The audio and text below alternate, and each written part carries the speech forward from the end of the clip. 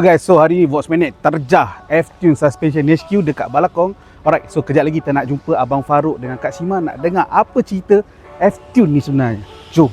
So dekat sini guys, kalau kau boleh tengok banyak kereta-kereta track car tau, macam S70 ada, ni kereta ada Saga Cup, and satu lagi ada BM track car kat belakang tu So kat sini diorang mostly memang ada buat kereta track, and untuk kereta-kereta yang bawa daily atas jalan normal pun diorang ada juga. Jom aku bawa kau jalan-jalan.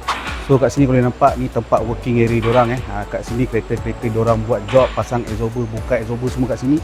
And by the way guys, diorang pun ada mesin alignment guys kat sini. So korang dah tukar exhauster, mesti nak kena alignment betul. Diorang boleh counting terus kat sini.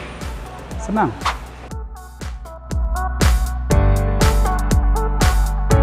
So kenapa aku cakap F-Tune ni kedai suspension bagus? Sebab kau tengok ni tempat servis absorber diorang dalam Mekon guys.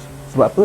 Nak make surekan kualiti, tak ada kotoran, tak ada habuk yang masuk dalam absorber korang. Sebab kita nak sistem absorber kita ni bersih. So ni technician orang tengah buat servis absorber daripada F-Tune. So alang-alang technician dia tengah servis, jom kita tanya dia absorber apa dia buat and apa dia tengah buat sebenarnya. Bang, nak tanya sikit bang. Ya bang. Tengah buat job apa ni? Saya tengah buat absorber untuk kereta S15 Silvia. Kereta ni kita sponsor lah untuk drift car. Drift car. So sekarang dia tengah buat maintenance lah. Yes, betul. Oh, so guys, drift car guys, bukan kata pergi track Sepang je, untuk kereta drift pun orang boleh layan. So korang tunggu apa?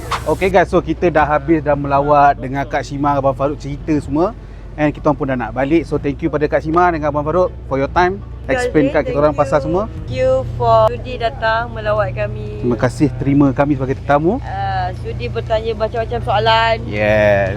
Jumpa di Jerman, tapi semoga relationship ni Panjangan. Yes. panjang. Ingat kalau korang nak tukar absorber, korang boleh datang dekat F-Tune Suspension HQ dekat Balakong. Okay? Yang berada di Shah Alam, boleh cari Azrin.